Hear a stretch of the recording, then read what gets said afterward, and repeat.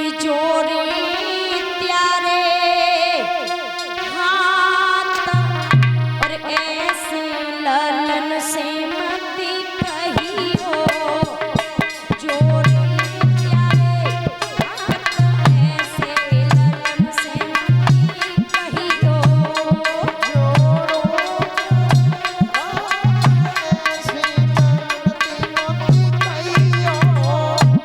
मेरे लला गो प्यारे नैन के तारे मेरे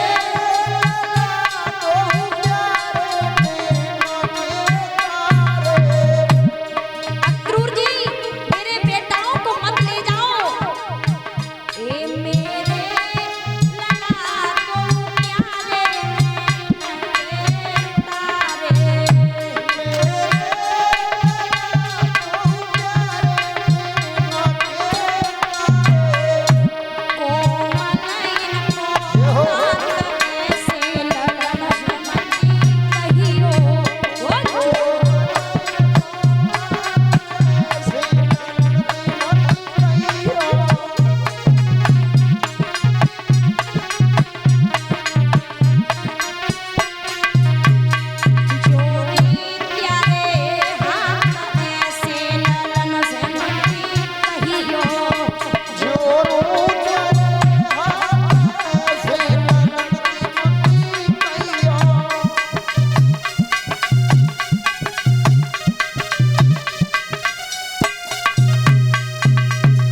इधर में आज मैया ने इतने शब्दों के साथ में देखा है तो मन में विचार कर रही है। तब तक भगवान कन्हैया रथ पर कूद कूद करके मैया का आशीर्वाद लेकर के चढ़ जाते हैं। मैया रोती बिलखती पचार खाती रह गई, कन्हैया तुम मुझे छोड़ करके जा रहे हो। तब कन्हैया ने जवाब दिया, माँ रोने से कुछ नहीं होगा, मैं आ जाऊंगा, चिंता न करो। भगवान कन्हैया जब रथ पे चढ़े हैं, इसी बीच में राजीव यादव नारई सिकंदराराव से आकर के एक हार हमारे लिए और एक हार एक पति परीक्षित महाराज के लिए दान्यार्पण किया है। सुंदर कर कमलों से भैया ने दान्यार्पण किया है। भगवान सुख शांति प्रदान करे, हमेशा ही धर्म का रास्ता दिखाए। भाई बंधुओं माता बहनों, इधर देखा है तो उसी समय मन में विचार किया है। यशोदा रोने लगी है, सभी ब्रजवासी आ गए। ब्रज की बालाएं रथ के सामने लेट गई। श्याम हम तुम्हें जाने नहीं देंगे, अगर तुम्हें जाना है तो हमारे ऊपर रथ निकाल करके ले जाओ, तब जाओ, ऐसे हम तुम्हें जाने नहीं देंगे। आज रोने लगी ब्रज की बालाएं। भगवान कहने लगे, ब्रज की बालाओं चिंता मत करो, आज जा रहे हैं, कल भगवान वहां पर जाकर के भगवान कन्हैया मामा के धनुष यज्ञ में सम्मिलित होंगे, परसों हम वापस आ जाएंगे, लेकिन चिंता मत करो, अभी हमें जाने दो। ब्रज की बालाएं रोने लगी और चीख करके कहने लगी, श्याम जा तो रहे हो, लेकिन चलते चलते हमारी एक बात सुन के जाओ। और क्या बोले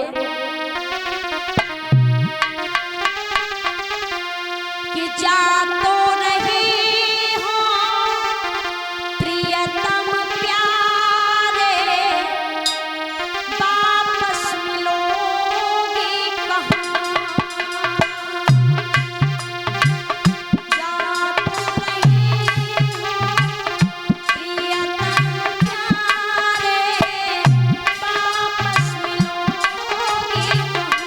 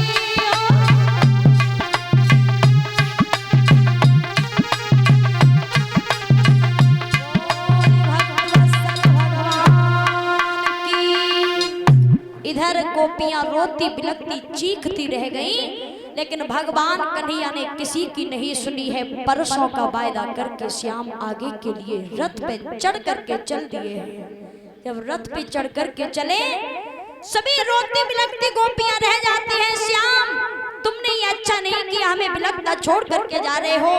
कन्हैया कहने लगे, गोपियां धैर्य धारण करो, तुमसे मिलने हम जरूर आएंगे।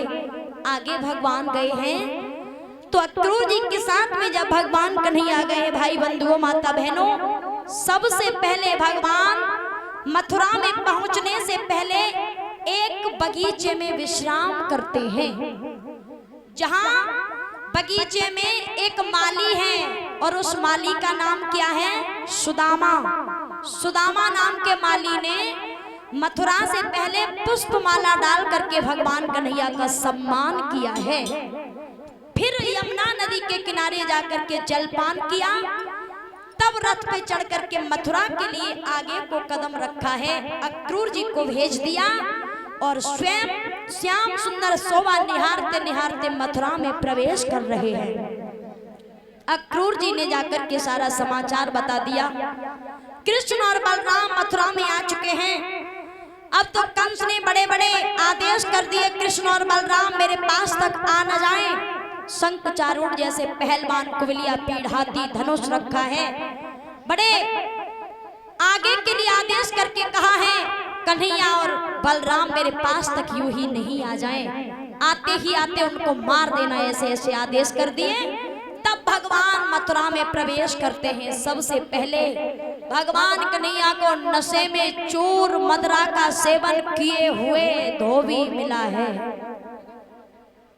और जैसे ही धोबी को भगवान कन्हैया ने देखा, पास में जाकर के पहुंचे और कहने लगे, भैया धोबी, कहां से आ रहे हो?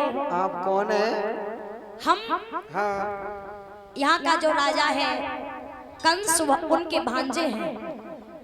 आप मामा राजा कंस के आप भाने हो? हाँ। ओ, क्या बात है, अपनी शक्ल देखी है?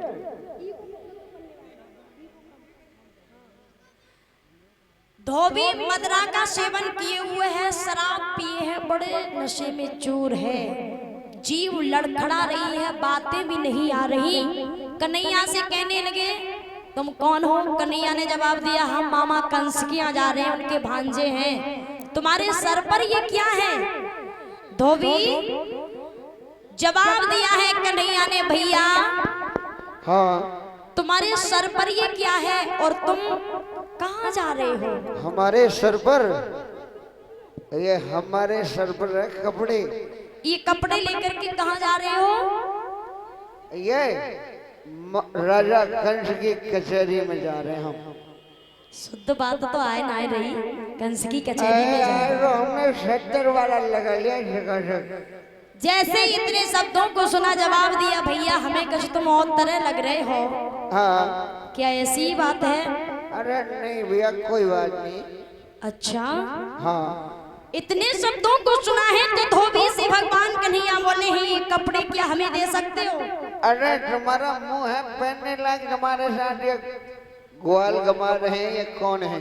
जैसे इतने शब्दों को सुना है, उसी समय भगवान कन्हैया और कहने लगे हैं धोबी से, भैया हाँ, तू बातें तो बड़ी अच्छी अच्छी कर लेते हो।